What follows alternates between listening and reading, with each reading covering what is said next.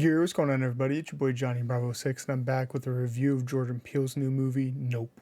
Nope is about caretakers at a California horse ranch that encounter a mysterious force that affects human and animal behavior. And that's all that Google says, so that's all that I'm gonna say too, because I do not want to spoil anything about this movie for you guys. And of course, it's written and directed by Jordan Peele. This man can really do whatever he wants.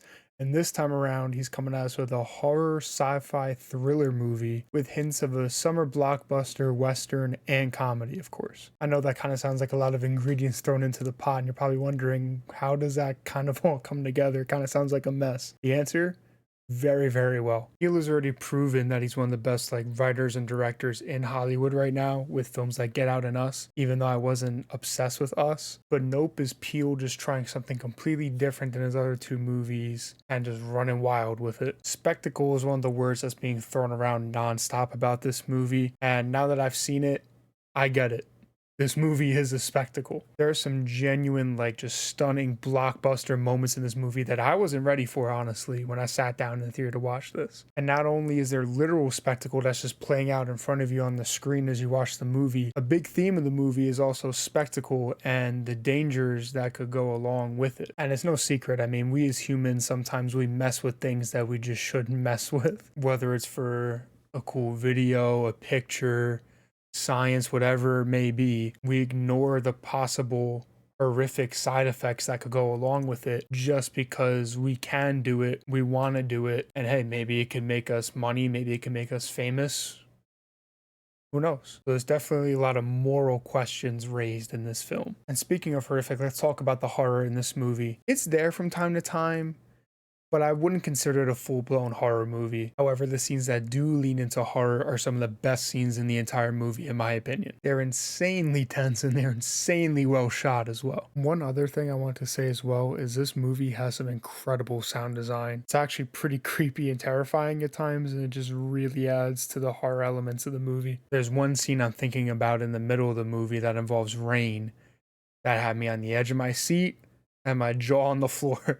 Because the visuals were stunning. It was just incredible to look at. I couldn't believe what I was watching in a beautiful and horrible way. I mean, cinematographer Hoyt van Hoytema shot the hell out of this movie.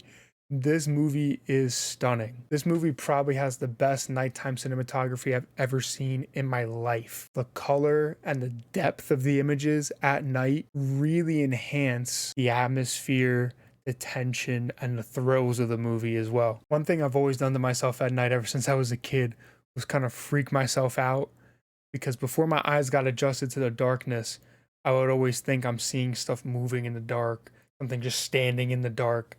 You know, my eyes, my mind are kind of just fucking with me. There is some of that shit in this movie, and it's crazy. It's very effective. And then on top of that, there's just a lot of beautiful landscapes to look at in the movie, whether it's the ranch, just kind of the desert setting in general. I mean, everything's just really enhanced by Hoyt's beautiful cinematography.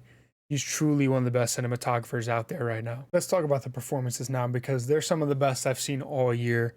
And yes, I'm looking at you, Daniel Kaluuya and Keke Palmer. You guys fucking nailed it. Daniel and Keke play OJ and M, a really fun brother and sister duo because they're just complete polar opposites of each other. OJ is a very reserved, laid back, and damaged man after witnessing something traumatic that happened in his life not too long ago. And M is a very loud, outgoing, free spirit. They have great chemistry together, and I just really enjoyed them and cared about them too. When shit hits the fan, that's part of the reason why you're on the edge of your seat, because you don't want to see anything bad happen to them. You just want them to be okay. Brandon Perea as Angel was also another highlight for me. He was just a very funny and likable character. He definitely has some of the best jokes in the movie, as well as just being very knowledgeable and helping OJ and M on their quest. It's also great to see Steven Yeun in here as well.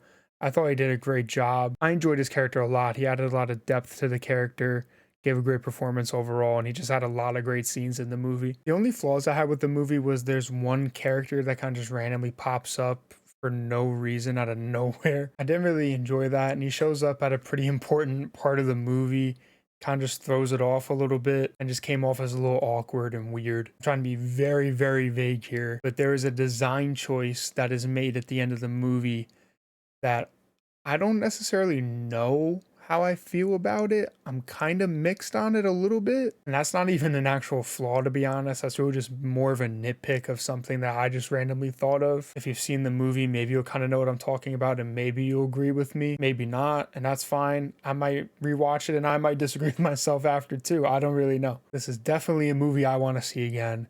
And this is definitely a movie you should go see in the theater on the big screen. The living room will not do this justice.